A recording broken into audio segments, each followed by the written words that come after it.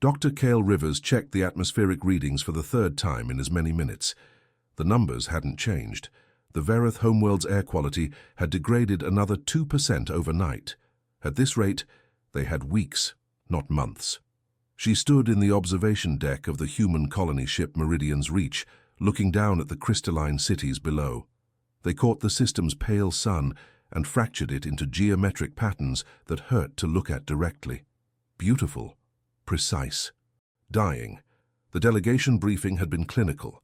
The Verath needed emotional proxies, humans who could make crisis decisions while their leadership remained paralyzed by the stillness. Kyle had volunteered immediately, not because she was particularly brave, but because staying busy was how she survived. 6 years since the ship-wide illness, 6 years since she'd watched everyone she loved suffocate in their sleep, while she, inexplicably immune, had continued breathing. She knew how to function through grief. It was her primary skill set. The comm unit on her wrist vibrated, time to meet her assigned liaison. She straightened her jacket, a nervous habit left over from when appearance had mattered, and headed for the conference level. The Verath had provided a chamber for first contact. The air tasted wrong. Recycled minerals, ozone, something else she couldn't identify. The walls were smooth and slightly luminescent, casting everything in pale blue light. Theron was already waiting. He stood with perfect posture, hands clasped behind his back, taller than human average, angular features that were almost familiar until you looked directly at them and realized how alien the proportions were. Skin that seemed to shift between grey and pale blue depending on the light. Eyes too large, with vertical pupils that moved independently, tracking her entrance with an intensity that made her want to step back. But it was his hands that caught her attention. They trembled, just slightly. A tremor that suggested his body was fighting some internal battle. Dr. Rivers. The translation device between them rendered his voice into flat human speech. I am Theron, senior engineer. Your assigned liaison for the duration of the evacuation coordination. Just Kyle is fine. His pupils contracted, then dilated. You prefer informal address protocols. I prefer not feeling like I'm filing a report every time I introduce myself. Noted. His hands hadn't stopped trembling. You will find me difficult to work with. My neural implant was damaged during the processor failure. I experience emotional volatility that other Verith find disturbing. Volatility like what? Fear, anxiety, uncertainty. He paused. The leadership believes exposure to human emotional patterns may help me understand how to function despite these sensations rather than require their suppression. Kyle moved closer, watching his pupils track her movement. You're afraid right now? Yes. Of me? Of everything. Constantly. It is... His voice cut off. The translation device flickered. When it stabilized, his tone had dropped lower. It is overwhelming. How do you function? His eyes met hers directly. I do not know. I was hoping you could teach me. Something in his voice, raw, honest, desperate, cut through her professional detachment. She'd heard that tone before, in her own voice, in the weeks after the illness when she'd had to learn how to continue existing. I can try, she said quietly. His hands had stopped trembling. The work began immediately. The Verath Council had provided lists, endless, detailed lists of decisions that needed human input. Which districts to evacuate first, which infrastructure to prioritize, which cultural artifacts to preserve. Each decision represented thousands of lives, centuries of history, the difference between managed exodus and chaotic collapse. Kyle sat in her assigned workspace, a converted storage chamber that the Verath had attempted to make human comfortable, and stared at the first set of parameters: population density maps, resource distribution charts, atmospheric degradation projections. Theron stood across from her, maintaining the careful distance that seemed to be Verith default. His posture was perfect. His face betrayed nothing, but his fingers tapped against his thigh in an irregular rhythm. You're anxious, Cale observed. The tapping stopped immediately. I am attempting to suppress the response. Don't. I need to know what you're feeling. It gives me context. Context for what? For whether the decisions I'm making are registering as reasonable or insane from a Verith perspective. His pupils dilated. You want me to experience emotion during this process. I want you to stop fighting it long enough for it to be useful." Theron was quiet for a long moment. Then his shoulders dropped fractionally, and the tremor returned to his hands. "The decisions you must make are impossible. There is no correct answer, only degrees of terrible consequence." "Yes. How do you proceed when every option is wrong?" Kyle pulled up the first scenario. 2 districts, equal population, different structural integrity ratings. You choose the option that's least wrong. Then you live with it. But the cost is always too high. You make the choice anyway. She walked him through her decision-making process. Not the logic, he could follow that easily, but the emotional component. How she acknowledged the weight of each choice. How she allowed herself to feel the cost without letting it paralyze her. How she moved forward despite certainty that someone would suffer because of her decisions. Theron watched her work with an attention that felt invasive. Not aggressive, but absolute. He tracked every gesture, every change in her posture, every moment when her voice tightened or her hands clenched. "You contain the emotion," he said finally. "You do not eliminate it. You hold it inside your body and continue functioning around it. That's one way to put it. Show me." Kyle looked up from the display. "Show you what?" "How you hold it. The physical process. I learn better through demonstration." She hesitated. Then she stood and crossed to where he maintained his careful distance. "Give me your hand." He extended it slowly. His skin was cooler than human, smooth in a way that suggested he'd never experienced manual labor. She placed his palm against her chest, just below her collarbone. "Feel that? My heart rate. It's elevated. That's fear. Stress. The physical manifestation of knowing I'm making decisions that will determine who lives and who dies." His fingers pressed slightly firmer. "Your cardiovascular system is responding to psychological input. Yes, I can't stop that response, but I can acknowledge it, contain it here." She moved his hand lower to her solar plexus and continue thinking clearly despite it. Theron's other hand rose slowly, hovering. "May I?" She nodded. His palm settled against the back of her neck, cool pressure. His thumb found the base of her skull. "Your muscles are rigid here. Tension you're not consciously maintaining. Stress storage. Humans do that.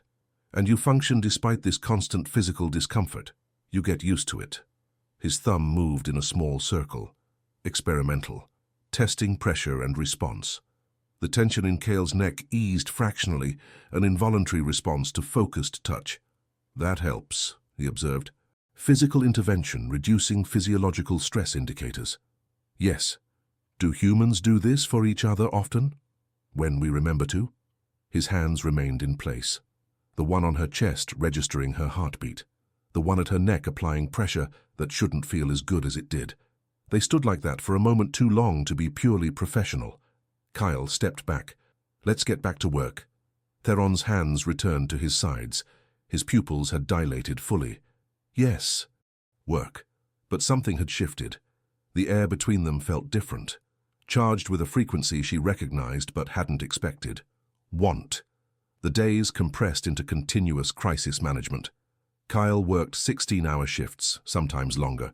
Theron stayed with her through all of it, learning, adapting, slowly becoming less rigid in his responses. She taught him breathing techniques, how to slow his respiratory rate when panic threatened, how to use physical sensation to ground himself, how to recognize the difference between appropriate fear and spiraling anxiety. But the teaching required touch, required proximity, required her hands on his body, demonstrating where to breathe from, how to release tension, which muscles to engage when everything felt like it was falling apart. Theron learned quickly, too quickly. He began anticipating when she would need the same grounding she provided him, would appear with water when her voice went hoarse from explaining decisions to Verath council members, would stand close enough during long sessions that she could feel his cooler temperature, offering relief from the overheated workspace.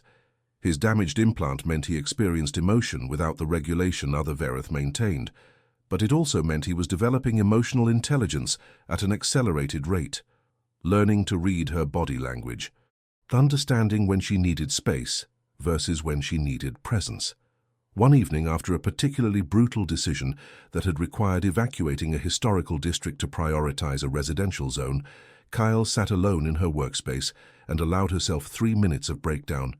Hands shaking, breath coming in gasps, the weight of thousands of lives she'd just rearranged pressing against her chest.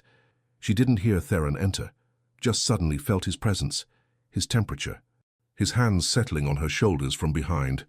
"You are experiencing acute stress response," he said quietly. "I'm fine." "You are not fine.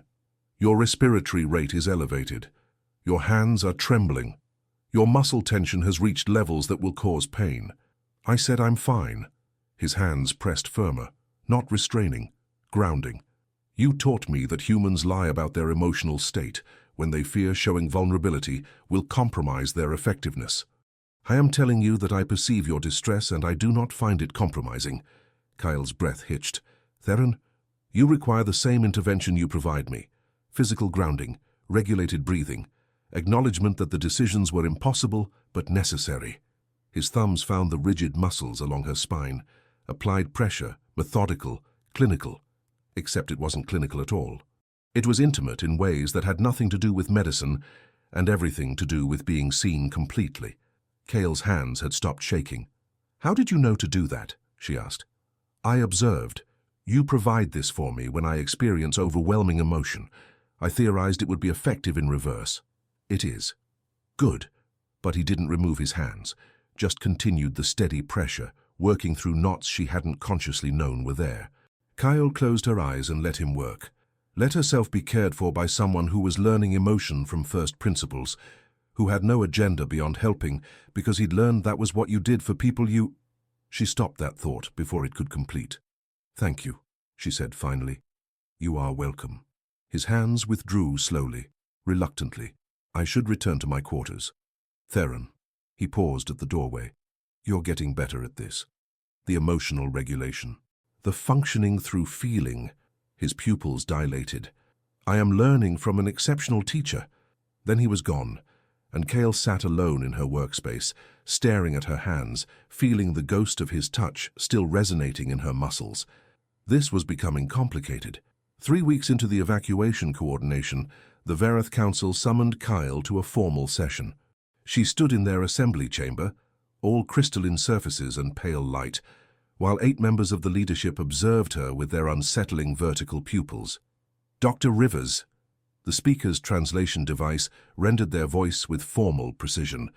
"We have concerns regarding your liaison's continued instability." Kyle kept her expression neutral.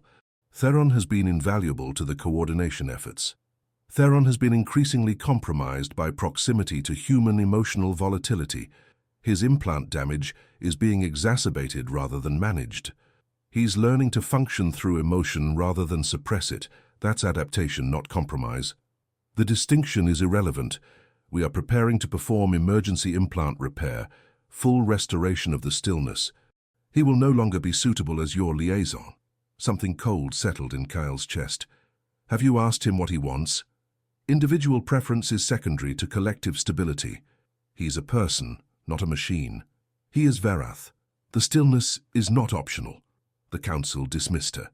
Kyle walked through the crystalline corridors with her hands clenched, anger and something else warring in her chest. She found Theron in the coordination center, reviewing population distribution models. He looked up as she entered. His pupils contracted immediately. "Something has happened. The council is planning to repair your implant. Full restoration. They're reassigning you." Theron went completely still. "When?" "They didn't specify. Soon." "I see. That's it? I see? What response would be appropriate?" Kyle crossed to him, close enough to feel his temperature, close enough to watch his pupils dilate and contract rapidly. "Tell me what you want, not what the stillness dictates, what you actually want." "That is not a relevant question. It's the only relevant question." Theron's hands gripped the edge of the console. "I want to remain as I am. I want to continue experiencing emotion even though it is overwhelming and painful and constantly difficult. I want to continue working with you. I want..." His voice cut off. The translation device flickered. "I want things that are not possible." "Like what?" He turned to face her fully. His pupils were fully dilated, His hands trembled. You. I want you. Not as liaison, not as teacher, as singular, irreplaceable presence in my existence. My implant attempts to suppress this and fails. Every proximity increases the desire. Every touch makes the wanting worse. I know this is transference. I know I am experiencing emotional awakening and fixating on the guide. I know it is not real, but my body does not know. My consciousness does not know. They only know that you have become essential. Kyle's breath had stopped. Theron, the implant repair will eliminate this. Will return me to appropriate equilibrium. I will no longer experience this desperate need for your presence. I will function properly. And I am terrified that I will lose whatever this is before I fully understand it. The space between them had compressed to inches. Kyle could feel his temperature, could see the rapid movement of his pupils, could sense the barely controlled emotion radiating from him. It's not just transference, she heard herself say. How do you know? Because I feel it too. His hand rose slowly, palms settling against her face, cool skin, trembling fingers. You experience attachment to me, yes? Despite species difference, despite the inappropriate power dynamic, despite the crisis context, despite all of it. This is... His voice failed again. When the translation resumed, it was barely a whisper. This is what humans call love. I don't know.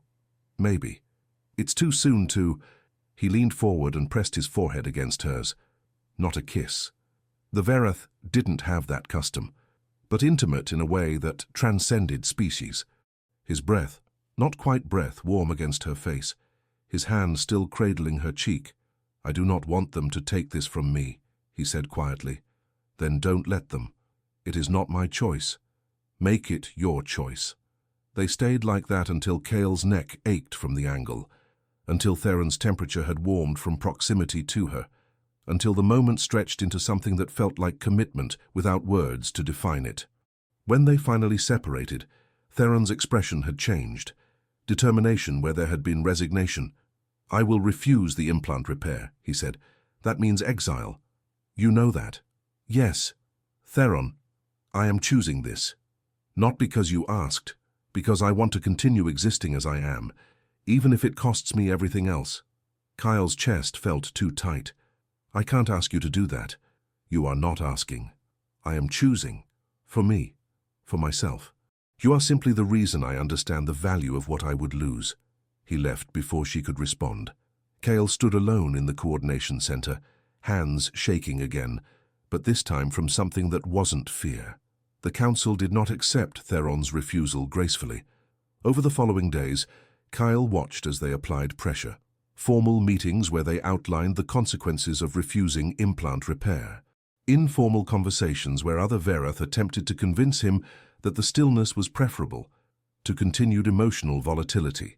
Bureaucratic obstacles that made his work increasingly difficult. Theron remained firm. He would not accept repair. He would continue functioning with damaged implant and full emotional access. He would accept exile if necessary. The coordination work continued, but now with added weight. Every decision Kyle made felt more significant, knowing Theron was risking everything to remain her liaison. Every touch carried implications that neither of them fully acknowledged, but both understood. They developed new patterns, working late into the Verath night cycles, sitting closer than necessary while reviewing data, Theron's hand resting on her shoulder when she needed grounding, her fingers pressing against the base of his skull where his damaged implant created constant neural static. One evening, working through evacuation logistics, Theron's implant misfired. Kyle heard his breath hitch, saw his whole body go rigid. Before she could think, she was beside him, hands framing his face. Look at me, focus here. His pupils contracted and dilated rapidly, unable to find focus. Breathe with me. In for 4. Hold for 4. Out for 4, she demonstrated, exaggerating the movement so he could mirror it. His breathing synchronized slowly. The rigidity in his muscles began to ease. That's it. Stay with me. His hands came up to grip her wrists, not pulling away, anchoring. The pain, I know. Breathe through it. They stayed like that until the misfire resolved. Kyle's hands still framing his face, Theron's grip on her wrists gradually loosening. When his eyes finally focused, they were fully dilated and locked on her. "You did not leave," he observed. "Why would I leave?" "The Verath do not provide comfort during implant malfunction. It is considered enabling dependency." "I'm not Verath." "No, you are human. You respond to distress with presence rather than distance." His hands were still on her wrists. His thumbs had begun moving in small circles against her pulse points. "I do not think I can return to existence without this." "Without what?" "Touch. Proximity. The knowledge that someone will remain present during pain rather than withdraw until it resolves." Kyle's breath had gone shallow. "Theron, I am saying this poorly. My implant is still misfiring and I cannot access appropriate language. What I mean is, you have taught me that connection is valuable. That emotional experience, despite its difficulty, provides depth to existence that the stillness cannot replicate, that I would rather feel everything, including pain, than feel nothing at all. That's not saying it poorly. Then I will say the rest. I love you. In human terms. With human intensity. I understand this may be transference. I understand the power dynamic is problematic. I understand we are different species with incompatible biologies. None of that changes what I feel." Kyle's hands had started trembling again. "I love you too, even though I am exactly as you are. Damaged implant, emotional volatility, vertical pupils and all." His expression shifted into something that might have been a smile if the Verath had that facial configuration. "Vertical pupils and all. I appreciate the specificity. I'm good at specifics." "Yes, you are good at many things." They sat on the floor of the coordination center, hands still connected, and let themselves exist in that moment of mutual acknowledgement. No decisions made about the future. No plans for how to navigate the impossible situation. Just the present reality of wanting each other despite everything. Eventually they returned to work, but something had solidified between them. A foundation built on honesty and acknowledged desire, and the shared understanding that they were choosing this, whatever this became, with full awareness of its costs. The evacuation progressed in stages. Each phase brought new decisions, new crises, new impossible choices. Kyle made them all with Theron beside her, and slowly the Verath leadership began to accept his presence. Not approve, but accept. He was effective despite his emotional volatility, perhaps effective because of it. The human delegation noticed too. Kyle received polite questions from colleagues about her relationship with her liaison. She gave polite non-answers. The truth was too complicated to explain. How do you describe falling for someone who was literally learning emotion in real time? Who experienced every feeling with intensity that would have paralyzed a human? Theron's quarters were in the Verath residential sector. Kyle's were in the human delegation wing. They maintained professional separation during the day, but evenings had become theirs. Kyle would arrive at his quarters after her shift, and he would be waiting with the temperature adjusted to human comfortable and a rough approximation of tea that he'd learned to prepare from downloaded instructions. They didn't talk much during these evenings. Mostly they just existed in proximity. Kyle would review the next day's decisions, while Theron processed cultural documentation. But their bodies were always touching. Shoulders, knees, feet tangled together.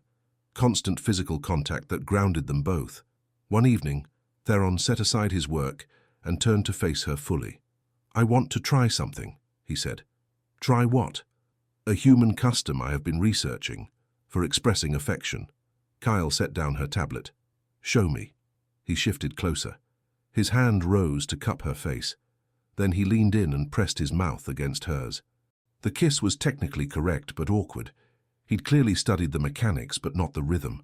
Too much pressure, no variation. His mouth moved against hers with careful precision but no instinct. Kyle pulled back gently. That was a good start. It was adequate? It was technically perfect. But kissing isn't just technical. "Show me."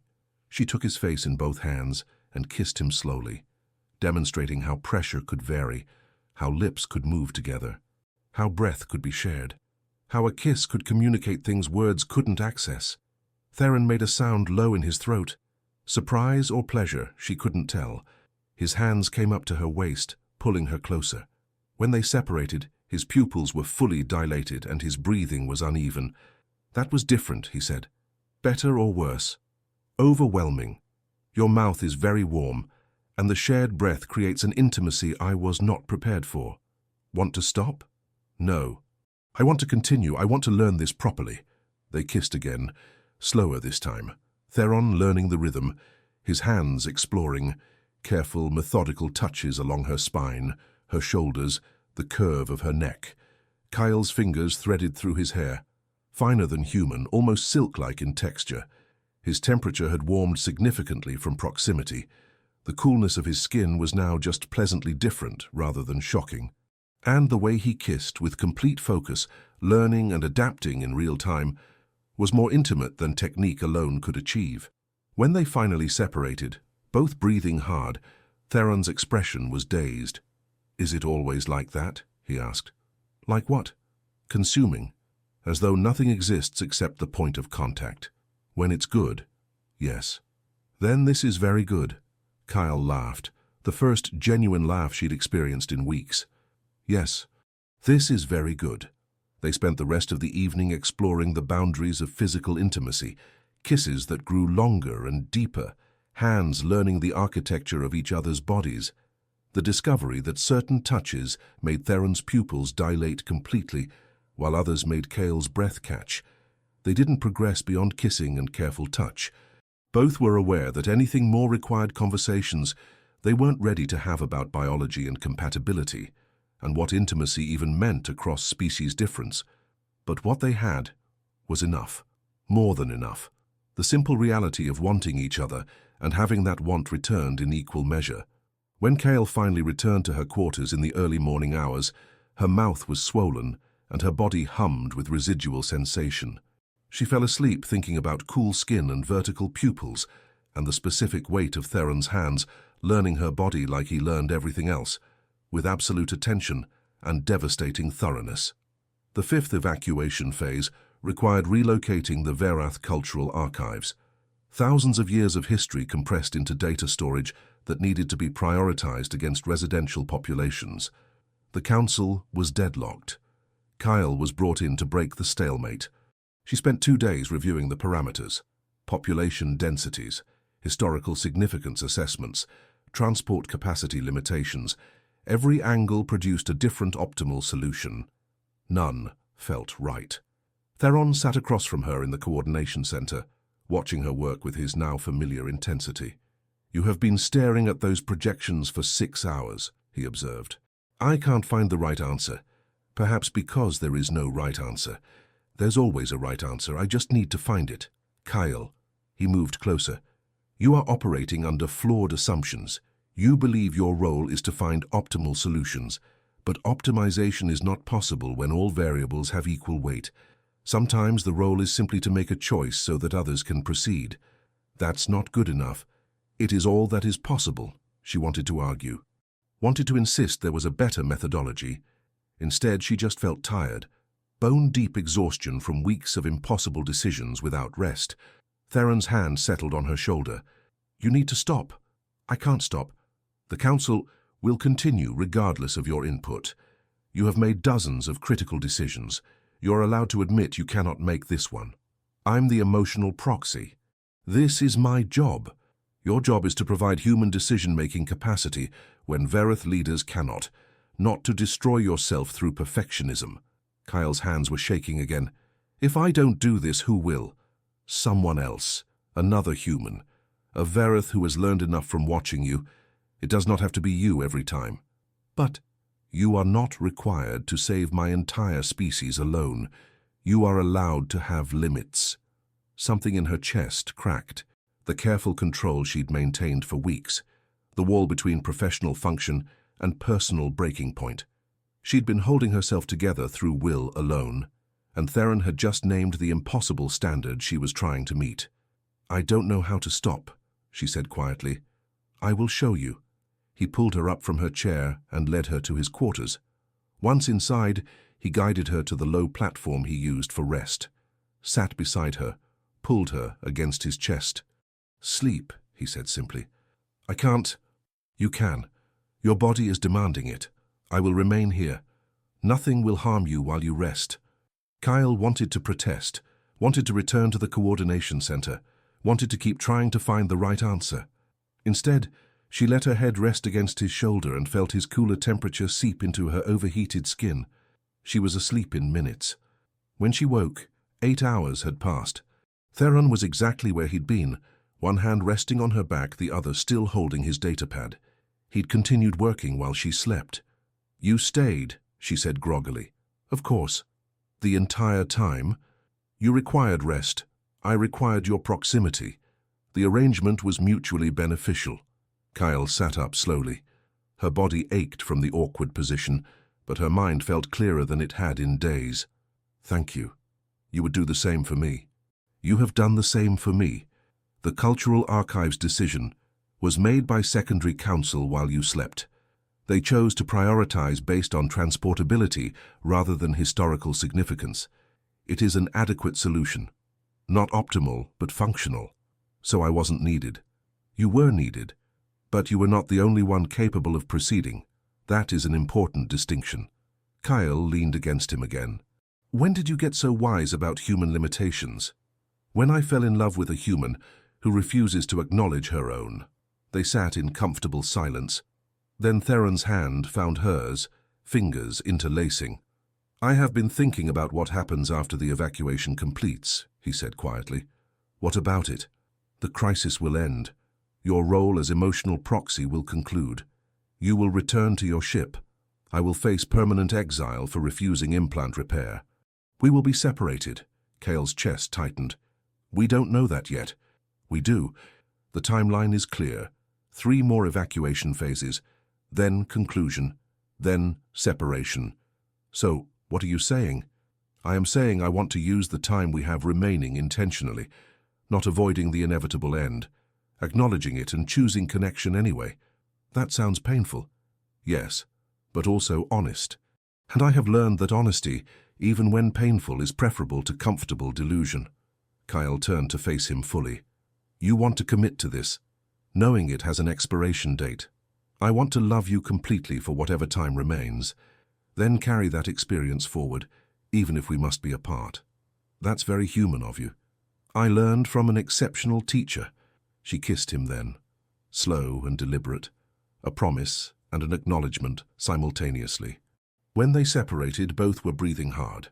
"Okay," she said, "let's do this, deliberately, completely, however much time we have." "However much time we have," he agreed. The remaining evacuation phases compressed into continuous crisis. Kyle and Theron worked side by side through all of it, their coordination now seamless. They developed a private language of gesture and glance that communicated volumes without words, but they also carved out time for themselves. Evenings in Theron's quarters, learning each other's bodies with careful attention, exploring the boundaries of intimacy between species. They discovered what worked, certain touches, specific pressures, the ways their physiologies could align despite their differences. They discovered what didn't, temperatures that were uncomfortable, positions that didn't account for Theron's different joint structure, the reality that some human customs simply didn't translate. But mostly they just learned each other, the specific geography of desire, the particular sounds that indicated pleasure, the rhythm of breath and movement that created something neither had experienced before, complete presence with another consciousness. One evening, after a particularly intense session of exploration, they lay tangled together on Theron's rest platform, Kyle's head on his chest, his hand tracing patterns on her shoulder. "I did not understand what humans meant by making love until now," Theron said quietly. "What do you understand about it now? That it is not merely physical release. It is communication without language, vulnerability made tangible. The body's way of expressing what consciousness cannot adequately articulate. That's a very poetic way to describe it. I am attempting to document the experience, so that when we are apart, I can access the memory with accuracy." Kyle's throat tightened. "Don't think about that right now. I must think about it. The final phase begins tomorrow. Within days, the evacuation will complete. You will receive orders to return to your ship. I will be formally exiled for refusing implant repair. We could fight it. I could request extended assignment. No, the human delegation has already negotiated the terms.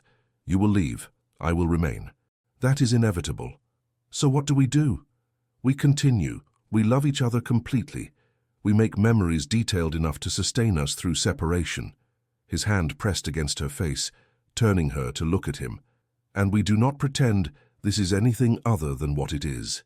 Temporary, precious, and entirely ours.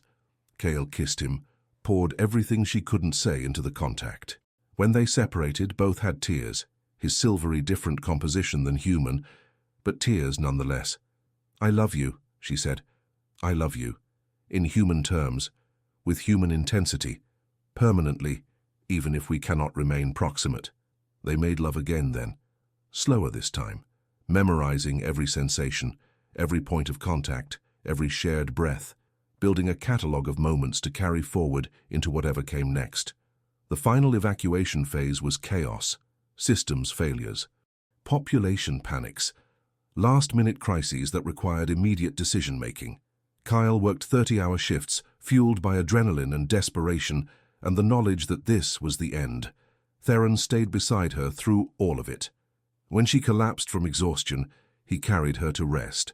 When she broke down from the weight of decisions, he held her. When she needed grounding, he provided it with hands and presence and the steady affirmation that she was not alone. On the final day, as the last transport ships prepared to launch, the Verith Council summoned them both. Dr. Rivers, Theron. The Council speaker's translation device carried unusual weight. The evacuation has concluded successfully. 94% of the population has been relocated to viable habitats. The remainder have chosen to remain on the homeworld. Your coordination was exceptional. Kyle waited for the other shoe to drop. However, the terms of the agreement have been fulfilled. The human delegation will depart within 24 hours. And Theron, you are hereby formally exiled from Verath society for refusing implant repair. You will not be permitted to join any population center. You will have no access to collective resources. You are effectively alone. Theron's hand found Kyle's, squeezed once. Understood. Dr. Rivers, you have our gratitude. Your species has proven valuable allies. Should circumstances permit, we hope for continued cooperation. They were dismissed, walked together through the crystalline corridors one final time, back to Theron's quarters, back to the space that had become theirs. 24 hours, Cale said. Yes. Then I'm ordered back to the ship and you're exiled to an uninhabited zone. Alone, without access to the stillness or the collective. Permanently singular. Cale's hands were shaking again. I can't leave you like this. You have no choice. The delegation will not permit extended stay. Your role is complete. Fuck the delegation. Fuck the role. I'm not abandoning you to exile. Theron turned her to face him. His hands framed her face with devastating gentleness. You are not abandoning me. You are honoring the terms that allowed this collaboration to happen. I chose exile knowing the cost. That choice is mine, not yours. But, listen to me. What we had was real. Is real. Nothing about separation changes that. I will carry you forward. You will carry me forward. We will exist in different locations, but the connection remains. That's not enough. It is what is possible, and I have learned that possible must be enough. They spent the remaining hours together, not talking much, just existing in proximity, touch and presence, and the quiet acknowledgement that this was ending. When the human delegation sent the final recall notice, Kyle stood in Theron's quarters and felt something break in her chest. The same feeling from 6 years ago. Losing everyone she loved, being the one who survived. I don't know how to do this, she said. The same way you do everything else. You decide it matters more than the pain. Then you proceed anyway. That's using my own words against me. I learned from an exceptional teacher. She kissed him one final time. Poured everything into it, love and grief and gratitude and rage at the impossibility of their situation. When they separated, both were crying. I love you, she said. I love you, always, across any distance. Then she left, walked through the corridors, boarded the transport, returned to the human ship. watched through the viewport as the Verath homeworld grew smaller and smaller. She didn't stop crying for 3 days. Life on the Meridian's reach continued without her active participation. Kyle existed in a fog of grief and exhaustion. Colleagues offered sympathy. She accepted it numbly. The ship's doctor prescribed rest. She didn't sleep. Instead, she reviewed the documentation. Everything she and Theron had built during the evacuation. Every decision logged. Every coordination session recorded. Proof that they had succeeded. That the work had mattered. But underneath the professional success was the personal loss. Theron was somewhere on the Verath homeworld, exiled to an uninhabited zone, experiencing complete isolation for the first time since his emergence. No collective, no support, just singular consciousness and the memories of what they'd shared. Kyle couldn't stop thinking about it, couldn't stop imagining what he was experiencing. The loneliness, the sensory deprivation, the absence of touch after weeks of constant physical proximity. On the 5th day, she received a transmission, encrypted, routed through backdoor channels, Theron's designation as the source. She opened it with shaking hands. The message was brief. I am functional. Exile is difficult but sustainable. I think of you constantly. I hope you are well. I love you. That is all I wanted to say. Kyle played it 7 times. His voice rendered through the translation device. Calm, measured, lying about the difficulty. She recorded a response. I'm not okay. I miss you constantly. I love you. I'm so sorry I had to leave. The transmission lag was 12 hours. When his response came, it said, Do not apologize for circumstances beyond your control. I chose this path. I would choose it again. Loving you was worth every consequence. They developed a routine, daily transmissions, brief messages that violated probably a dozen diplomatic protocols. Kale didn't care. The messages were the only thing keeping her functional. Over weeks, something shifted. The acute grief softened into chronic ache. Kyle began participating in ship life again, began sleeping in longer stretches, began accepting that she could carry Theron forward while also continuing to exist. Her colleagues noticed, asked careful questions about her recovery. She gave careful answers. The truth was too complicated, too cross-species, too impossible to explain to people who hadn't experienced it. 3 months after the evacuation, the ship's captain summoned her. Dr. Rivers, I have a diplomatic inquiry from the Verath Council. They're requesting your presence as a consultant for ongoing integration efforts. Kyle's heart stuttered. What kind of consultation? Teaching other Verath how to function with damaged implants. Apparently, Theron has been providing documentation of emotional regulation techniques. The Council wants you to formalize the training. That would require returning to Verath space. Yes, extended assignment. 6 months minimum, possibly longer. The captain paused. I'm not supposed to mention this, but the request specifically states that you would be working with Theron as co-facilitator. His exile status would be temporarily suspended for the duration. Kale's hands had started shaking again. 6 months. With possibility of extension if the program proves effective. The Verath are actually considering making emotional regulation training standard.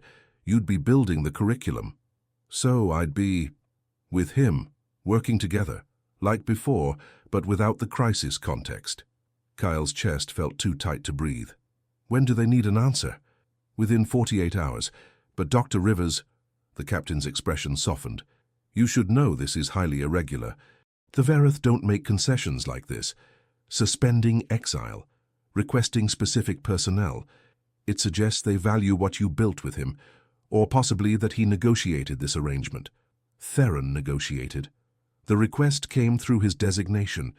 He's been advocating for formalized emotional training for months. This is the Council's response. Kyle left the captain's office in a daze, returned to her quarters, stared at the transmission interface. She recorded a message. Did you do this? 12 hours later. I advocated for what the Verath need. That you would be the optimal facilitator was incidental to the primary argument. However, I will not deny that I hoped this outcome would occur. You manipulated the Council into bringing me back. I presented logical arguments that happened to align with personal desire. The Verath require emotional regulation training. You are uniquely qualified to provide it. That we would be together during this process is simply efficient resource allocation. Kyle laughed. Actually laughed. For the first time in months. Efficient resource allocation. Yes, very efficient. Will you accept the assignment? She didn't hesitate. Yes. Arriving back in Varath space felt surreal. The homeworld was empty now, atmosphere still toxic, but the Council had established a training facility on one of the colony sites. Crystalline structures, controlled climate. Everything carefully regulated, except for the emotional training program. That was intentionally unregulated. Kyle stood in the arrival area, scanning for Theron. When she saw him, her breath caught.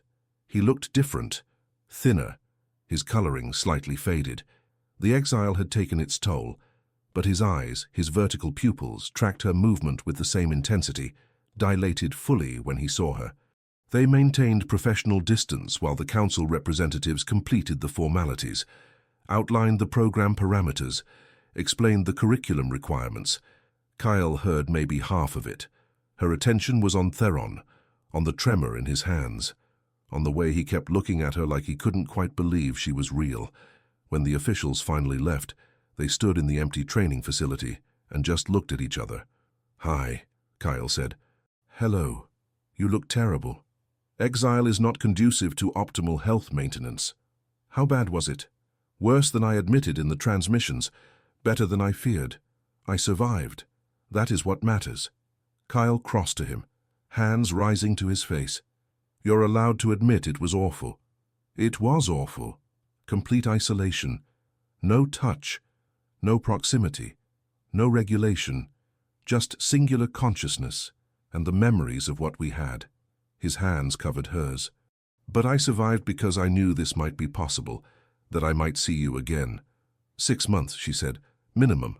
Possibly longer if the program expands. And then? Then we negotiate. Find ways to extend. Create new projects that require collaboration. Build a future where separation is not inevitable." "You're talking about permanently restructuring your life around me." "Yes. Is that not what humans do when they love someone? Reorganize existence to maximize proximity?" "Usually yes, but nothing. I love you. I want to be near you. I will manipulate councils and negotiate treaties and advocate for bureaucratic changes if that is what permits us to exist together. I am done with separation." Kyle kissed him. Finally, after months of distance. His mouth was still cooler than human. His hand still trembled slightly. His pupils still dilated completely in her presence. Everything exactly as she remembered, and somehow better for having been missed. When they separated, both were crying again. "I missed you," she said. "I missed you. Constantly. Overwhelmingly. In ways that made isolation nearly unsustainable. Then let's not be apart again." Agreed. They spent the rest of the day just existing together. Relearning proximity. Touch. The specific geography of each other's bodies. Making up for months of deprivation with careful attention and desperate need. The emotional regulation training program was simultaneously easier and harder than Kyle had anticipated. Easier because she had Theron as co-facilitator. He understood Varath psychology in ways she never could translate human concepts into frameworks that made sense to beings who were just learning to experience emotion. Harder because the work forced them both to be vulnerable in front of their students. Demonstrating emotional regulation required showing emotion, showing the cost, showing the techniques that worked and the ones that didn't. They taught breathing exercises, grounding techniques, the value of physical touch for managing overwhelming feeling, how to function through fear rather than require its suppression. The Varath students struggled, were uncomfortable with proximity, found sustained emotion almost unbearable. But slowly, gradually, they began to understand, began to see that emotional experience didn't have to mean paralysis. That feeling could coexist with function. Kyle and Theron demonstrated constantly, showed how humans managed stress through touch, how proximity could ground someone experiencing overflow, how two people could regulate each other through simple presence. The demonstrations were professional, but they were also deeply personal. Every touch in front of the class was a reminder of what they'd found together. Every explanation of emotional connection was rooted in their own experience. One evening, after a particularly intense training session, one of the students approached them. "I do not understand how you maintain individual identity while being so interconnected," they said. "You touch constantly, share proximity, regulate each other's emotional states. How do you not lose yourselves in the connection?" Kyle and Theron looked at each other. It was a good question. "We choose to maintain boundaries while also choosing connection," Kyle said finally. "It's not automatic. It requires constant negotiation. But the risk of losing singular consciousness is less frightening than the isolation of pure singularity," Theron finished. "I have experienced both, complete collective integration and complete isolation. This," he gestured between himself and Kyle, "is different. We remain individual, but we choose interdependence. That seems unstable." "It is unstable," Kyle agreed. "It requires constant work, constant choosing, but the alternative is being alone. And we've both learned that being alone is worse than the work of staying connected." The students seemed to consider this. Then they did something unprecedented for a Verath. They reached out and briefly touched Kyle's hand. "Thank you for demonstrating that this is possible." Over the following weeks, Kyle watched as the students began to form their own tentative connections. Not romantic. Most Verath didn't conceptualize relationships that way. But friendships, support networks, voluntary proximity with specific individuals, the Verath Council noticed, began to acknowledge that maybe the stillness wasn't the only viable model. That emotional regulation without complete suppression might actually strengthen rather than weaken their society. They extended Kyle's contract. 6 months became 12, 12 became 18. The training program expanded. More students, more facilitators being trained. The beginning of a cultural shift. And through it all, Kyle and Theron built their life together, found quarters that accommodated both their needs, developed routines that balanced work and rest and simple existence, learned how to fight and reconcile, how to give each other space while also maintaining connection. It wasn't perfect. Some days were harder than others. Some moments they wondered if they were forcing something that was too difficult to sustain, but they kept choosing it, kept choosing each other, kept building toward a future where separation was no longer inevitable. 2 years after the initial evacuation, the Verath Council made an unprecedented announcement. They were formally recognizing emotional regulation as valuable rather than aberrant. We're integrating the training program into standard education. We're acknowledging that the stillness, while functional, was not the only viable approach to consciousness. Kyle stood in the assembly chamber, familiar now after dozens of presentations, and listened as they outlined the changes. Theron beside her, their hands not touching in the formal space but close enough to provide presence. This transformation was made possible by the work of Dr. Kyle Rivers and Theron, the council speaker announced. Their demonstration that emotional experience can coexist with high function has fundamentally altered our understanding of consciousness. After the ceremony, they returned to their quarters, the space they'd built together over 2 years. Human furniture mixed with Verath design, temperature regulated to a compromise between their different needs, small objects that had accumulated meaning, a piece of crystalline structure from Theron's first quarters, a data pad where Kyle had drafted the first training curriculum, a blanket from the Meridian's reach that still smelled faintly like human spaces. "We did it," Kyle said. "We demonstrated that change was possible. The Verath chose to integrate that demonstration. The achievement is collective. You can't just accept that we fundamentally altered an entire civilization's approach to consciousness. I can accept that we provided an alternative model. Whether that constitutes fundamentally altering remains to be determined over longer time frames." Kyle laughed and pulled him close. "You're still so Verath sometimes, and you are still aggressively human. Is that a complaint?" "No. An observation, and an expression of affection." They settled onto their shared rest platform, the one they'd carefully designed to accommodate both their physiologies. Kyle's head on Theron's chest, his hand tracing familiar patterns on her shoulder. "What happens now?" Kyle asked. "Now we continue. The training program requires ongoing facilitation. The council has requested we remain as permanent consultants." "Permanent?" "Yes, with appropriate compensation and residential rights." You would be the first human granted permanent residence in Verath space. Kyle was quiet for a moment. What about the Meridian's reach, my people? That is your decision. I will not pressure you. But you want me to stay. I want you to stay. I want to build a life with you that is not dependent on temporary contracts and constant renegotiation. I want permanence, but only if you want it too.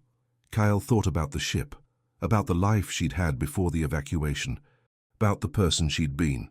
Competent, isolated, functioning through grief without acknowledging it. She thought about who she'd become, still competent, still carrying grief, but no longer isolated, no longer just functioning but actually living. I want to stay, she said. You are certain? Yes. My life is here now, with you, with this work, with the impossibly complicated cross-species relationship we've built. Theron's arms tightened around her. Then we will build it permanently. 5 years after the evacuation, Kyle stood in the training facility and watched a new cohort of students practice emotional regulation exercises. Theron beside her, both of them now senior facilitators, both of them recognized experts in cross-species emotional psychology. The work had become routine in the way that important work becomes routine, still significant, but familiar, comfortable, theirs. The Verath Council had asked them to document their methodology, create a comprehensive record of how they taught emotional regulation. Kale had been working on the project for months, with Theron providing the Verath perspective. One section had proven particularly difficult to write, the part about how their personal relationship had informed the training, how falling in love across species difference had taught them things about consciousness that neither had understood before. I do not know how to explain this clinically, Kale admitted one evening, staring at the draft. Then do not explain it clinically. Explain it honestly. The Council wants scientific documentation. The Council wants to understand how consciousness can bridge fundamental difference. Our relationship is the clearest example. Document it as it occurred. So she did. Wrote about the first accidental touches, the way physical proximity had created intimacy, the learning curve of loving someone who was literally discovering emotion in real time, the complications and rewards, the choice to continue despite inevitable difficulty. When she finished, she gave it to Theron to review. He read in silence, his pupils dilating and contracting, his hands trembling slightly, the tremor that never quite went away, even after 5 years. This is accurate, he said finally. Is it too personal? No, it is exactly as personal as it needs to be. You are documenting that love can exist across any difference, that consciousness is flexible, that connection is choice rather than circumstance. Will the Council accept it? They will accept it because it is true, and because we are proof that it works. The documentation was submitted, accepted, became part of the formal record of how the Verath transformed their approach to consciousness. But more important than the documentation was what it represented. Evidence that they had built something lasting, that the relationship which began in crisis had survived into stability. That love was not just an emotion, but a choice sustained across time. They celebrated quietly that evening. Dinner in their quarters, the temperature set to their negotiated compromise, their bodies touching in the familiar ways. Kyle's head on Theron's shoulder, his hand on her back, their legs tangled together. 5 years, Kyle said. 5 years. And continuing. Are you happy? Theron considered the question seriously. Happy is an imprecise term. I experience contentment, satisfaction, the knowledge that I am exactly where I am meant to be. If that constitutes happiness, then yes. That's a very clinical way to say yes. I am still Verath. Even after 5 years with a human, I remain somewhat clinical. I love your clinical approach to emotion, and I love your aggressive humanity. They sat in comfortable silence. The kind of silence that only comes after years of existing together, learning each other's rhythms, building a life from the space between different kinds of consciousness. Outside, the colony continued its work, the Verath rebuilding their civilization with new understanding of what consciousness could be. Inside, 2 beings who had chosen each other across impossible difference continued choosing each other, one day at a time, one moment at a time, building continuity from the accumulated weight of small decisions and sustained presence. Kyle thought about the person she'd been 5 years ago.